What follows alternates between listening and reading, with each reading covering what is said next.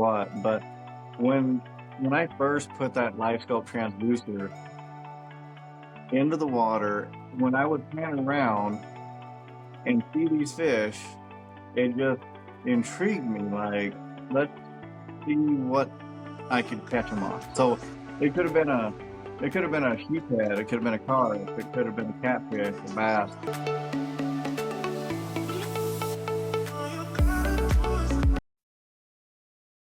What is up, everybody? Welcome back to the Hook One Pod. Boom! Another scenery change. If you guys are watching on YouTube, you notice we're somewhere different. I am now in the garage. We're going to slowly start making this our little podcast area.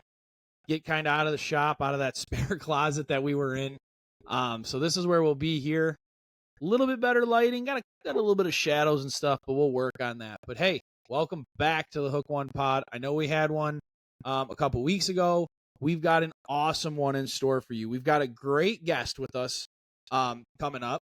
Talk to you a little bit about that, but here's a sneak peek. The guy is a back-to-back National Walleye Tour champion. You are not going to want to miss this. We're going to talk a little bit about his background, how everything went, get a little bit into forward-facing sonar for you guys that want to learn a little bit more about that. But before we dive into the podcast, I have to do my due diligence. As always, guys, you got to support the people that are supporting us. So when you guys see our podcast episodes come out, or as soon as we get our banners and stuff hung up in here, please make sure you check out the folks that are supporting us. Whitewater, Cortland Line, Papa's Pilar, and Great Lakes Anglers Co. And guys, these guys are generous enough to give you guys coupons and discount codes. You can head over to the Whitewater website right now and save 25% off your entire order with the coupon code that's flashing on your screen here. I highly suggest checking it out. Also, guys, we really need your help. If we're going to continue to do this podcast, and we're going to continue to try and climb the ranks and make this thing a success, I need you guys to do two things. One, I need you guys to share this with your friends. I need you to share with your friends. Let people know that we're doing this. Let people know the information we're putting out there. Hit the subscribe button below if you're watching here on YouTube. That's huge for us so we can continue to gather these guests because we've got some really great information for you. The other thing that I really need you guys to do is let us know what you want to hear. Please shoot us a message. Hook One Bait and Tackle on Facebook, at Hook One on Instagram, shophook1@gmail.com. You can check that out. But please check out or let us know what you want to hear, and then check out some of these future episodes. That would go a long way in this. But without further ado, let's get our guest on the screen. Let's jump into this podcast and let's get it going. All right, you guys, I told you we were going to have a super special guest when we got on. We've got the back-to-back National Walleye Tour Championship winner. We've got the founder and owner of Tom Huynh University, which if you don't know what that is, you will find out what that is. And if my stats show correct, 3 years straight, we finished top 6 in Angler of the Year. So I think we're going to crack into what it might take to get that. But Mr. Tom, what's up, man? Not much, man. Just staying busy and just trying to keep the foot on the throttle, trying to keep the ball rolling with these tournaments and obviously with education. Yeah, that's it. And I'm super excited. We're going to, for those of you guys that are listening and watching, we're going to crack a little bit into kind of who Tom is, what got him into this. I think you've got an awesome story, Tom, so I'm excited for everyone to hear that. We're going to talk a little bit about the tour season and going back-to-back on championship tour wins, which is incredible. And then, guys, if you really are here to listen to the Tom Huynh University stuff and you're here to learn to the learning, that's going to be right there. We're going to finish out with a good chunk of the show towards that. But Tom, please, can you get started? Let these guys know who you are, where you're from, and kind of your story, because it's a little different getting into fishing, kind of like mine was. Yeah, so I mean, I grew up in Arkansas until I was in my second year of college, and I moved up to Minnesota to finish out college, and I still live in Minnesota now. All of my family still live down in northern Arkansas, southern Missouri area. But, I started my career up here, which, oddly enough, is in fingernails. I used to work for somebody for 7 years in the nail salon, and then I had an opportunity to buy my own. And so, yeah, for the last 20 years or so, um, that that's been my career, and I absolutely love it. But growing up in Arkansas, though, as a kid, is when I got introduced to fishing, and I never had a boat, anything like that. It was just my grandpa took me up to the pond bank to catch bluegills, catfish, and little smallmouth or largemouth bass. But you know, again, never had a boat, but somehow developed a passion for fishing just through that. And so going to college and everything, and then starting my career in the nail salon.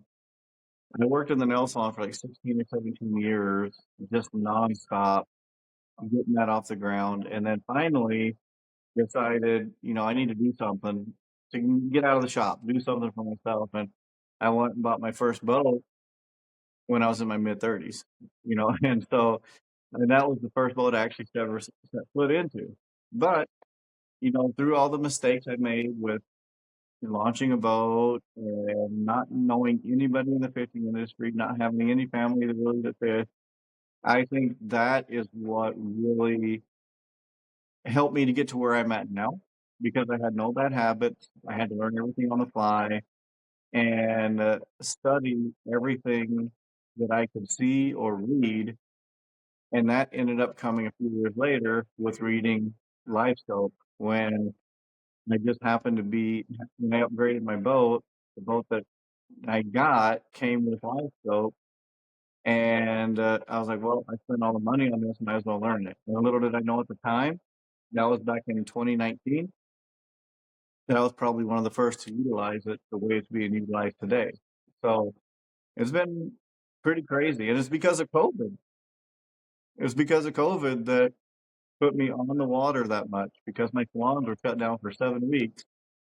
So I got to put some time in learning those electronics just at the perfect time. Yeah, that's incredible, and that's from what I knew. That's exactly what I was told, and that's what I've read, and it is a cool story because I kind of got into it. My viewers know, but like I got into it without any family or nothing like that. I had friends kind of get me into it, and then that obsession Mhm. of messing up at the boat launch, making those mistakes on the water. Like I just grew obsessed with it to the point where like I didn't have any bad habits. It was just like Yep, learning, yep. and it seemed like it was exponential. And that was one thing I wanted to crack into was the live scope. So you are a technician on the live scope. Your videos on YouTube are fascinating to watch. Your one with Larry Smith was super fun. And some of those other videos that you've done are really good, and there's a ton of knowledge into them. Was it that because it was just some new technology that you just dove into it, or what was it that kind of clicked for you to like really lock into that? Well, I think it's a lot of I don't know if you want to call it personality or character or what, but when when I first put that LiveScope transducer into the water, it was on my trolling motor. I never had it on pole to start with, but I had it on on the trolling motor. And when I would pan around and see these fish, it just intrigued me. Like, let's see what I could catch them on. So it could have been a it could have been a sheephead, it could have been a carp, it could have been a catfish, a bass. I would cast everything I could to try to catch whatever species of fish it is. So then after I caught probably 10 different species back in 2019, I'm like, there has to be a way to dictate the species just by what the sonar return is showing. So then I spent so much time just staring at the screen and casting and casting and casting until I figured it out. And I really, really put it together as far as species identification and stuff like that back, I think it was in 2022 in a river system on the NWT tournament. And I could tell what a walleye was in amongst hundreds of sheephead. And so that's what really kind of put me on that road to education, trying to teach people how to go out there and be more effective. Yeah, and those sheephead now, when you start to figure out what they are, they're just like a swimming pie plate under the water. Yeah, But it yeah. takes a Mhm, while mhm. to figure that out. I would say, like working at the shop and talking with as many people that come through that do, the number one thing that they don't realize about Livescope is you can't just plug it in and catch fish, right? No, Like, do you agree with no. that? Yep. There's Yep. so Oh yeah, that's the biggest misconception with LiveScope, where a lot of these anglers have purchased it and they're not even using it anymore because I think what the perception was in people's mind was that you could drop that transducer in and it wasn't they would they would think it would actually show a fish the way we see it out of the water, whereas really we're interpreting a return.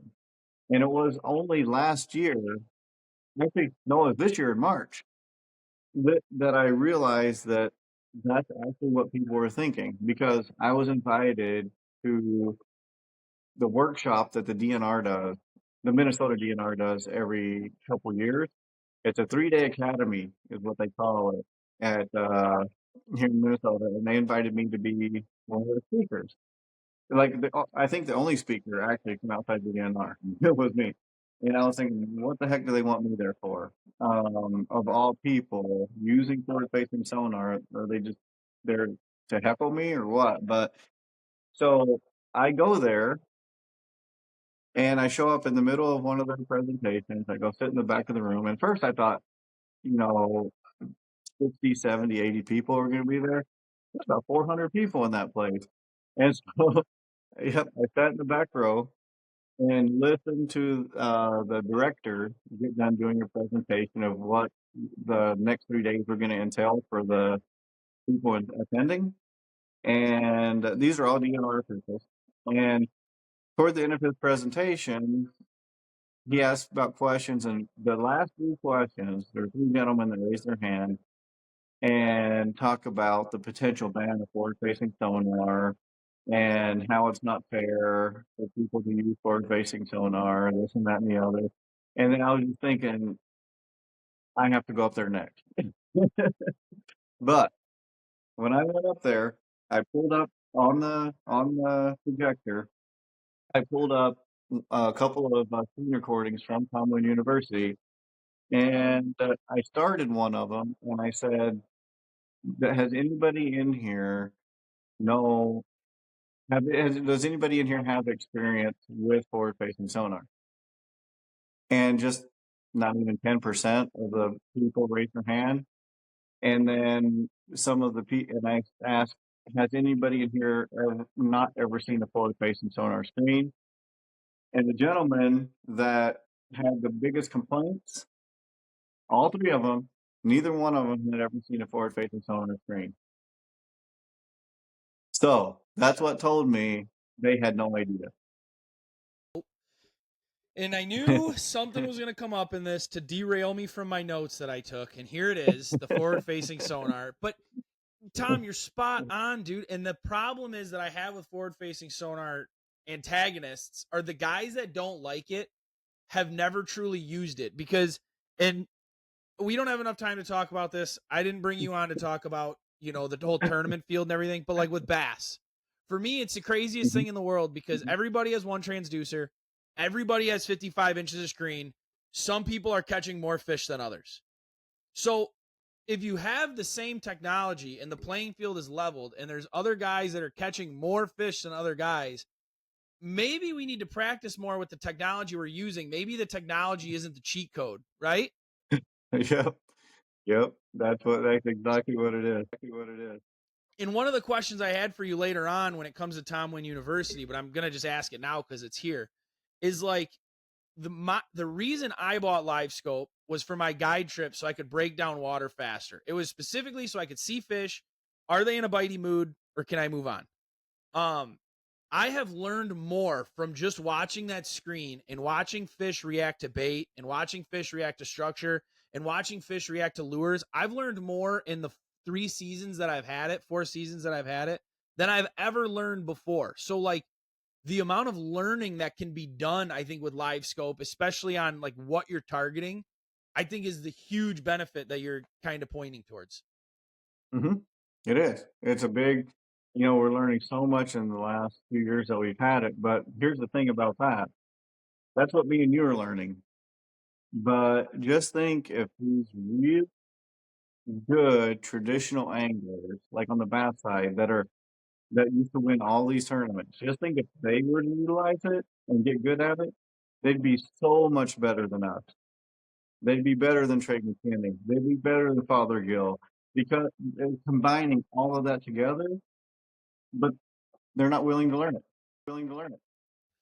Yeah, and to me, in my opinion, which doesn't mean diddly.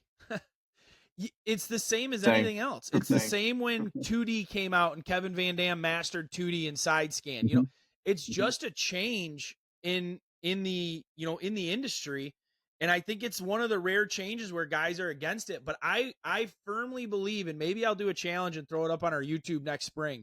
Anyone that wants to oppose Livescope or tell me that it's easier catching fish, I will let you take my boat. I'll be in the boat to make sure it doesn't crash.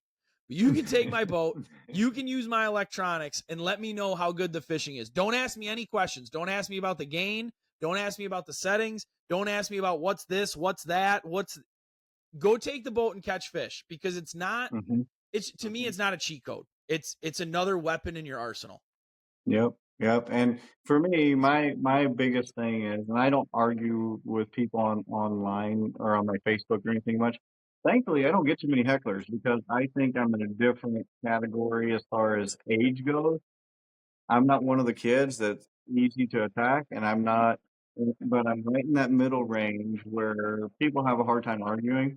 Uh, but my response to those people who are against it in tournaments, the only reason they're against it is, like you said, they think it's too easy. Then my response goes to, if it's that easy, go beat Father Gill for $300,000. Come beat me for 100,000. Come beat Dewey at AOI. You know what I mean? Yeah.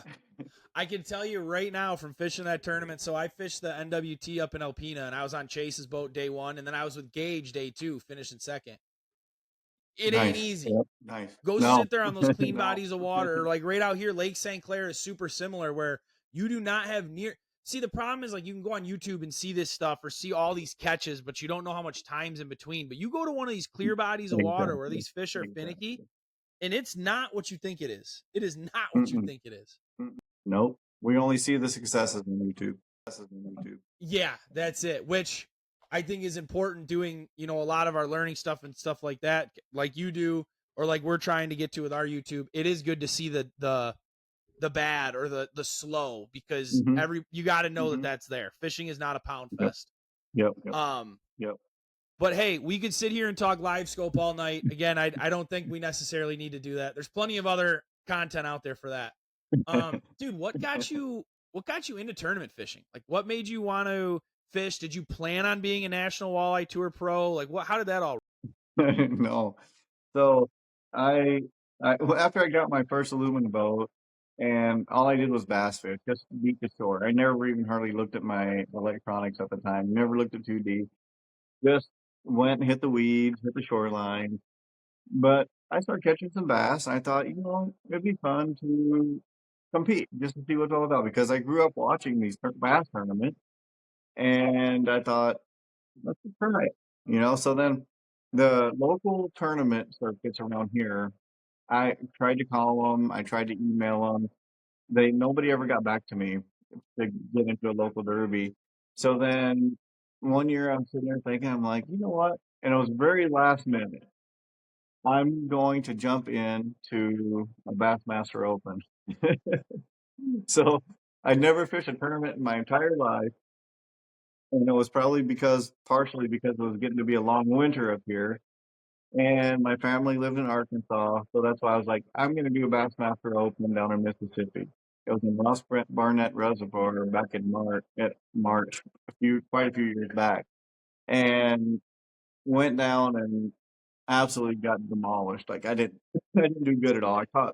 I did catch a fish that was a 7-pounder in that tournament, but I didn't get a limit. Didn't do well at all. Barely cashed a check in any of the opens I fished. But that's how I got started, in tournament fishing. And then again, a few years passed. I finally get the new bass boat with that Livescope transducer on it. and there was a COVID hit, and a lot of the tournaments were rescheduled. So I took myself out of the Bass Opens that year. And then I heard of a random tournament coming up to Leech Lake, where I had a camper or have a camper, you know. And so I went out there. My next door neighbor was Nate Wolski, and I was like, Nate, well, you want to jump in a tournament with me? And he'd never fished a tournament before either, at all. And so it was happened to be that AIM Pro Walleye circuit, you know. And yeah, long story short, we got in last minute because a couple of older gentlemen had to back out because of COVID. So there was one opening left last minute, so we got it. And long story short, we ended up winning that out of my bass boat with just shy of 40 pounds. But everything just had to line up perfect to have me sit right here talking to you. It COVID giving me the practice on the water, and then those guys dropping out. So then there was one space available for us to jump in.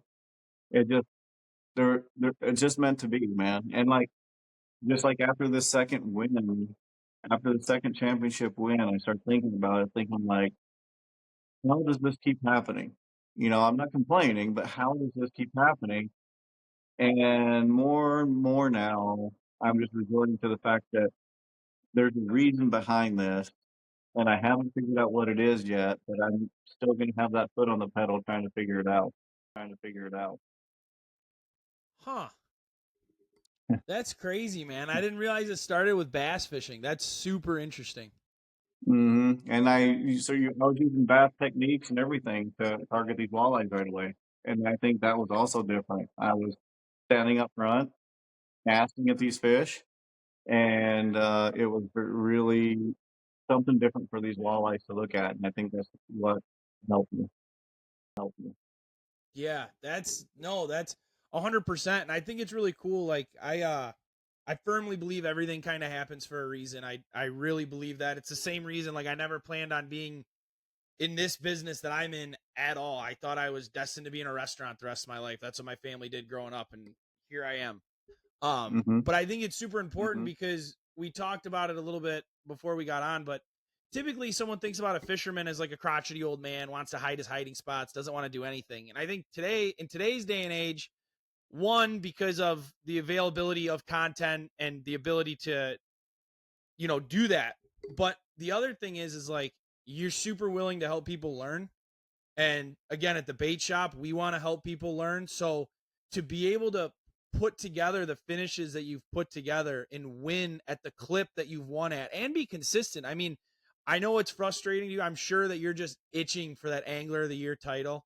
And I think it's going to happen. But at the clip that you've been competing in to go 3 years straight, finishing top 6 in that AOI, like your results show for themselves, right? I'd like to think so, and it solidifies the fact too that we can teach literally everything we know, every bait we're using. Don't lie to our followers and anybody who wants to learn. We can keep teaching, but we can still stay on the top, right? Like that's what a lot of people were saying to me in the beginning. Are you afraid you're teaching too much because people are going to start catching up?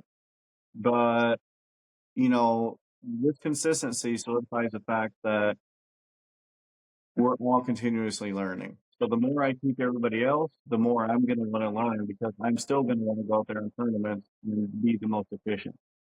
Most efficient. Agreed. Agreed. One day the student will become the teacher, and that'll be a sweet Yeah. day on stage. But until then, buddy. Yep. Um, Exactly. and Yep. let's Exactly. let's just dive right into it because I when I reached out to you, it's something that personally I really wanted to focus on. I think our viewers and our listener here's are gonna love it. In the intro, you guys, I announced him as the owner and founder of Tom Huynh University. But Tom, why don't you talk a little bit about what that is and whether it's a sales pitch or not? I mean, I know that you firmly believe it, so there's no selling to be done. But why is this such a great thing? It's different. Um, that's before they came out, I was getting I don't know if you want to call it bombarded, but it was a lot of questions daily on social media saying, "Tom, how much would you charge for me to jump in your boat? I don't even have to fish. I just want to look at what you're looking at on your forward-facing sonar screen." And, I still to this date, I've never taken one on the water paid trip. And so I learned, though, from a couple close friends and my own brother who would jump in the boat with me, 3, 4, 5, 6 days at a time. And they could look at everything I was doing. We'd catch fish, um, bass, walleyes, whatever it was, panfish. But then they would go home, rig their boat, try to duplicate what I was doing, but it was the worst thing ever because they were calling me nonstop. They're like, "Tom, it was so easy in your boat. What was this? What was this setting? What was that? How did your boat stay on those fish?" It's not your boat. It's me staying on those fish. So so I thought about it. I'm like, I how do I reach more people and actually be able to have them retain the information they're looking at? And so that's why myself and a friend of mine and her husband, we came up with the idea to have the first fishing curriculum. There's no other curriculum-based fishing platform out there anywhere, and it's completely web-based. It's not YouTube-based. YouTube, there's a lot of good information on YouTube. There is, but when you do a search, you have to filter through so much stuff to get to maybe 15 seconds of what you're actually looking for. So we modeled this after the top universities in the world. So if you go to Harvard or some of these upper universities, you'll see this exact model. Um, it sounds intimidating, but it's not. It's the most easy education platform to navigate, and it's all geared towards information retention. So you got all these different modules. You click on a module, and then you have all these different lessons underneath it, and you can resort back to them as many times as you want. You can complete the course, but you can resort back anytime for to keep your eyes refreshed or to forget something while you're on the water. So it's just something different. And what's cool is multiple times this year, either at seminars or at the weigh-in tanks, and fans would come up to talk and be like, "Oh, I have the university." They would literally quote me from those lessons, and I'm like, I would be like, just get chills a little bit. I'm like, you actually remembered exactly what I said, just things like that. But that shows you that curriculum platform works for that information retention. And daily, I get multiple, if you want to call it testimonials now, with people sending pictures of their family, full live wells, um, sending success stories that they fished these tournaments for 20 years now. And they never cash a check, but this year they're cashing a check or even winning a tournament. So it's all positive feedback, but it's based on complete truth. That's the best part that I can give any tips of your listeners. If you want to make something into fishing a business or your livelihood, you just have to teach people exactly what you're doing to put those fish in the boat. To put those fish in the boat. I couldn't agree more. And I have people, I have locals that used to be my friends or that live right around the corner that hate us, screw Hook One. And it's Uh-huh. like, I get it, oh, you're giving away too many secrets or you're doing this or you're doing that, but it's like that's how you're reputable. Like that's, you are your name. I've heard all those cliches before. Oh, take whatever bait's not selling and tell them it's catching fish. And there's times, Tom, there's times out here because we're between Lake Erie and Saginaw Bay. There's times out here where it literally doesn't matter. Mm-hmm. I'll just say it right here Mm-hmm. for anyone listening. If the fish are biting, it doesn't matter. Mm-hmm. But when it does matter, is when it really matters. And these Yeah. guys will remember that forever. If you tell them the wrong thing or you lead them astray or lie to them, and it's not hard to do, your information, like, for a fact that it's not a lie because there's so much information in there. And so much of it is good information that's actually useful. So it's like, oh, this guy is just telling us everything that he knows. Mm-hmm. But then it becomes to mastering it. Mm-hmm. Mm-hmm. Mastering it, and then just continuing to figure out how to stay on top. And that's what I'm doing, competing against Dewey, competing against Eric McCoy and Dylan Newsbaum and all these guys. It's like I gotta, I'm always gonna want to win, but it doesn't mean I'm not going to tell you exactly how I caught him right after I get off the stage. Yeah. I mean, the Target Walleye article was incredible. I mean, there was no stone left unturned when it came to the championship. I mean, it was very, very good information. And I like to tell my viewers and listeners, like, I'm very intentional about who we try and bring on the podcast and the message we try to share. And honestly, like, this one's incredible. So you have 3 different courses right now on Tom Huynh University. The main one I think that our viewers and our listeners would obviously radiate towards is that the master class and the Livescope, right? Yeah. Like, we don't do too much Lake of the Woods stuff. Yeah. And I think it's really cool that those are on there. But so I guess what I'm asking is, when you go into the university, when you become a student in the university, that's a lifetime thing? Yeah, basically. So once you enroll, it is yours to go through as many times as you want for as long as you want, but there's no time limit either on how fast you have to go through it.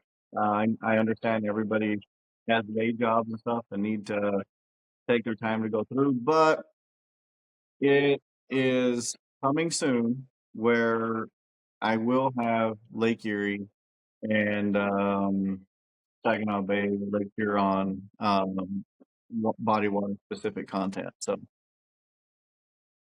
but the master forward facing sonar course is loaded with everything anybody needs for any body of water. Like, for example, my settings that I use from the beginning of the year all the way through the end of the year, I never change my settings through the year, ever. No matter if it's a river, a lake, dirty water, clean water. Those settings are in the university with why I do and don't use the other settings and stuff like that. So what it does is it gives you guys confidence to go out there and just fish. Does it change with water clarity? No, no. Love that. Love that. And I will, guys, for those of you that are interested and that want to learn more about this, scroll down below. If you're on YouTube or Spotify, you can scroll down below this episode, and right there in the details, there's going to be one that says THU link. It's the Tom Huynh University link. You can actually click that link. It'll take you straight to Tom's main website there, and then you can kind of scroll through what we're talking about, how there's 3 different sessions or 3 different classes, and you can kind of join in. But yeah, I think the curriculum side of that, the nerd in me loves that, because, like, as much as I watch YouTube, and again, getting into this with just having like friends that are in it, not having, dad or grandpa show you exactly what to do and how to do it on the water. I think a lot of like my friends take that for granted, like how it just comes natural to them. Yep.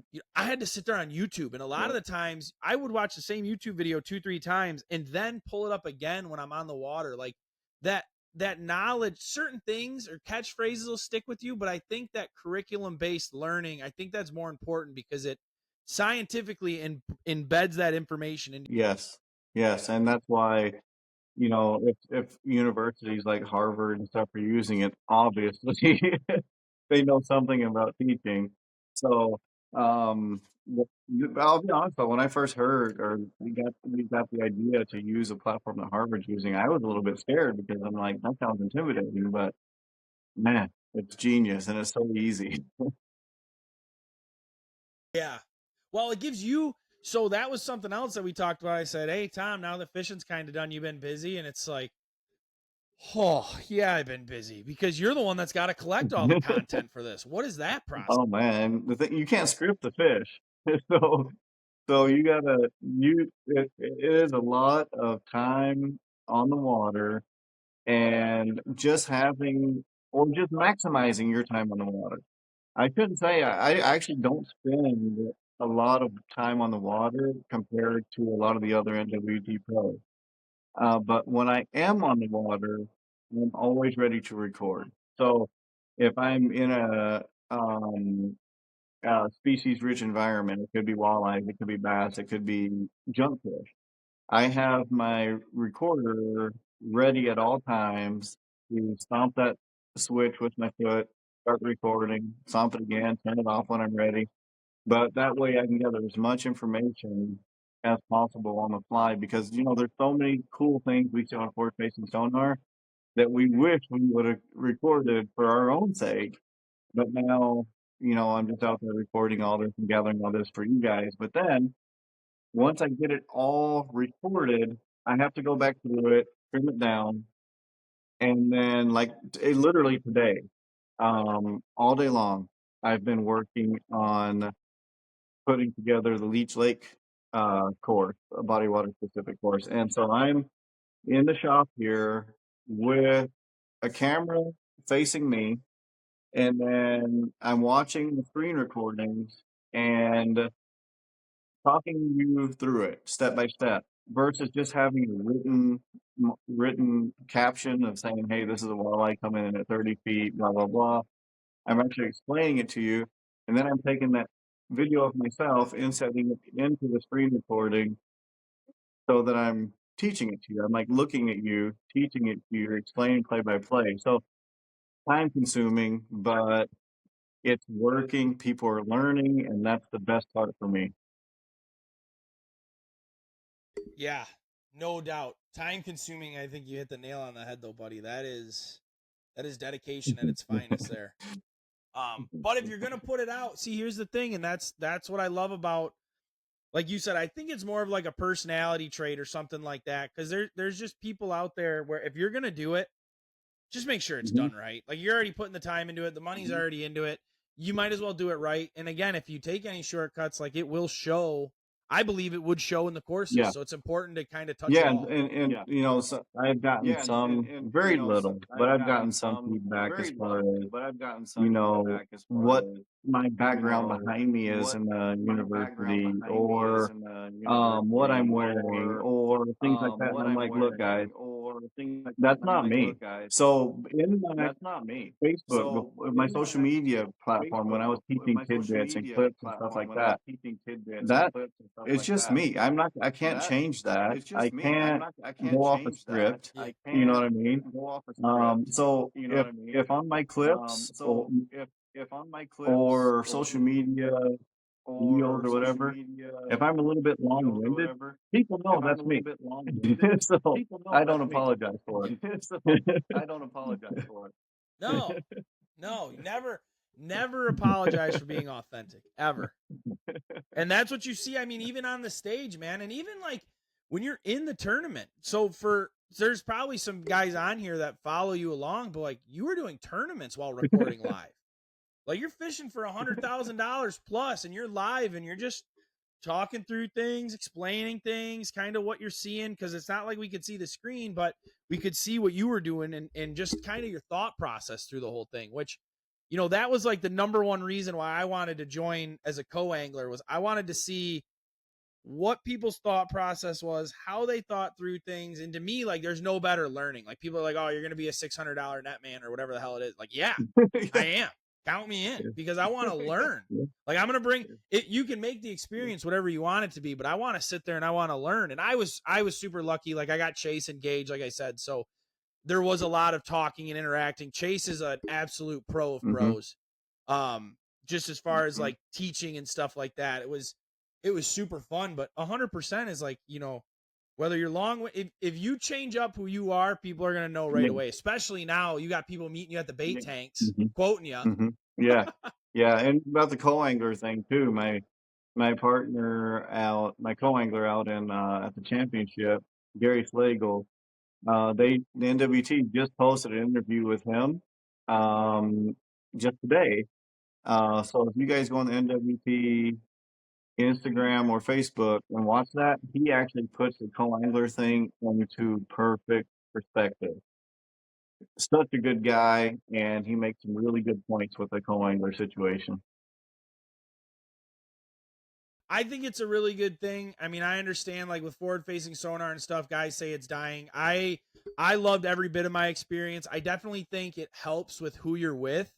But being a co, I got to talk to a whole other bunch of co's while we went to go pick up trucks, and every single guy kind of had like the same Yeah, mindset. Like it's really yeah. a cool opportunity if you take it for what it's worth. I mean, if you sign up to be a co and think you're going to go out there and catch all the fish, I think you need to just readjust your priorities. It's a That's all. learning situation. Yep.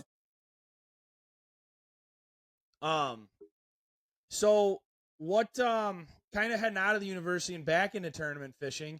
Pretty interesting schedule got posted for next year. You're still, I'm assuming, going to be doing the tour. What do you Yeah, no, I'll do the NWT next year. Big water, big fish systems. I'm fine with it. I'm I haven't been doing this that long. Since full time since 2021, and every single year with every single schedule, there's complaining, uh, and I just go fishing. So, I think it's different. It's so different for everybody with everybody's situation. So like not trying to bag on yeah. any of the Hmm. negativity that came out. I think it's a really Hmm. good. I think it's a really good schedule. I think you're on big fish bodies of water. I absolutely love the Bay Denock tournament in June. Obviously, I'm biased being a Yeah, Michigan guy, but I really think yeah. that body of water is special. I think it'll kind of highlight how good it can be. I think it's a good Okay, time of year. And I love those okay. fisheries over in the Dakotas. It's a goal of mine to Hmm. get out there, but I love watching those two Hmm. fisheries get highlighted in this because I think like obviously you got to switch it up, but I want the best guys at what they do fishing the best Hmm. bodies of water. Yep, and we're going to learn something different every time, even if we have to go back to some of the same waters multiple times over the course of a couple of years in a row. We're always learning something new. But the biggest thing is we still have to beat everybody else out in the field. So um, it's going to be a challenge, but also I love every single one of these bodies of water we're going to. Is there any one that you're looking forward to than another? Sakakawea. I got to make the championship first, but yeah.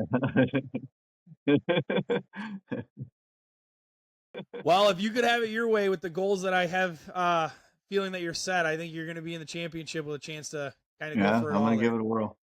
So back to back to back. This is probably an impossible question to ask, but I think I probably know the answer. But back to back to back or angler of the year when you step off at Sakakawea? You know, I if I had to pick one or the other, not both. If I had to, if I had to pick one or the other, I would try I would go with the back to back to back. Yes, because I Okay. still have some years ahead of me a few years ahead of me to try the AOI. But since I'm already in that two in a row deal, might as well go for three.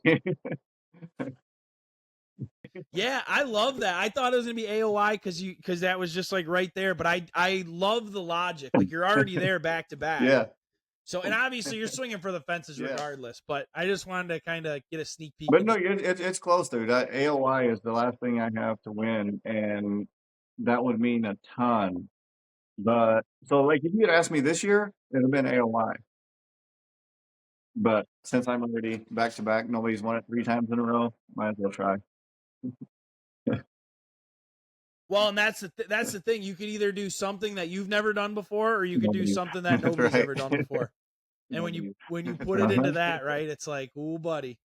Uh-huh. And Sakakawea would be a really cool place to do it. Again, I love the time of year that they're going there. Traditionally, if history speaks correctly, it's going to be a real good tournament. Hmm. So, Hope so. um, Hope so. do you have any fall tournaments coming up, or is this kind of just stacking up for THU and just staying busy at work? Yeah, no, just like last year, the only tournaments I fished were the 5 NWT tournaments, and the only tournament outside the NWT I fished the last 2 years was the Dakota Walleye Classic. It's a 190 boat tournament out in Lake Sakakawea in July. So I've done that 2 years in a row as well. So Is that that's different? Oh yeah, that's in yeah. That would be different because I know the Governor's Cup. yeah, the Governor's Cup is 1 week before the Dakota Walleye Classic. Yeah, that would be. I know. Those are both mega tournaments over there, and it's always funny because where we are in the Great Lakes and like with Lake Erie and Saginaw Bay, like walleye fishing is king. But then I tell a lot of these guys, like, dude, go out Yeah. west. Oh, Like, I think it's very interesting. yeah. I think like us here in the Great Lakes, and I don't want to keep saying too much about it because I'd like to be one of the first ones of the punch. But I think us here in the Great Lakes, like, we're a little behind the times. Like you guys over in Minnesota and like Wisconsin, the content coming out of there is really good. It's up to date stuff. Like we don't really have anyone over here doing what a lot of those guys are doing, whether it's Target Walleye or like Tom Boley, or like the incredible fishing that's over there in the Dakotas. I think we kind of got to look west of Lake Michigan to see a lot of Mm-hmm. that stuff happening. It's Mm-hmm. I don't know. I think we're just so focused on what we do here. That's Yep. all. No, I agree. Yep. So hey, No, I agree. Tom, uh, I guess Tom Huynh University, that is going to be like the way to kind of get to that, right? And then obviously following you along on social media. Social media, yeah. Any information about the university or questions you have, it's on my Instagram or Facebook at Tom Huynh Fishing. Yeah. Absolutely. So, guys, I highly recommend following along YouTube, Facebook, Instagram. All that stuff is an awesome social media follow. Obviously, please go check out Tom Huynh University. I will. I'll have it in the shop. So, like, if any of you guys that are listening or watching want to come, like, kind of understand how to get it or where to get it, we can help you out in the shop if you're not very tech savvy. But it's pretty Mm-hmm. simple. Enroll and Yeah. learn. Yeah. Is there anything else that you want to leave these folks with, Tom, before we get out of here with as far as any advice you would give them, whether it's learning or kind of how to attack this new chapter in their fishing career, no matter? Just keep an open mind. Like the Livescope is a tool, just like our boat is a tool versus, it's a better tool than a canoe. But you can, go out there, get as much information as you can, go out there, catch some fish, and, don't listen to the negativity until you've actually gone out there and you can understand it. That's my biggest word of advice. Yeah. No, I think that's the best advice you could give. I think that's absolutely the best advice you can give. And Tom, I appreciate you, man, taking an hour out of your night. I know you're super busy, so I really appreciate No problem, man. that. Thanks for having me on. Yeah, man. If you could stick around after this conversation, that way we can make sure everything's good, and maybe I can pick your brain a little bit. But these guys will want to hear it on screen, so don't worry, guys. I won't leave you out. For those of you guys that did listen, please, guys, again, support those who are supporting us. Check out Cortland Line, Whitewater Fish, Papa's Pilar Rum, and Great Lakes Angler Co. They're super beneficial. That's how this industry works, is we all kind of support each other. So that would mean a ton to us here at the podcast. Again, click the subscribe link below. Head over and check out everything Tom is doing on Instagram, Facebook, YouTube, and obviously check out the university. And we will see you guys next time on the Hook One Pod. Adios.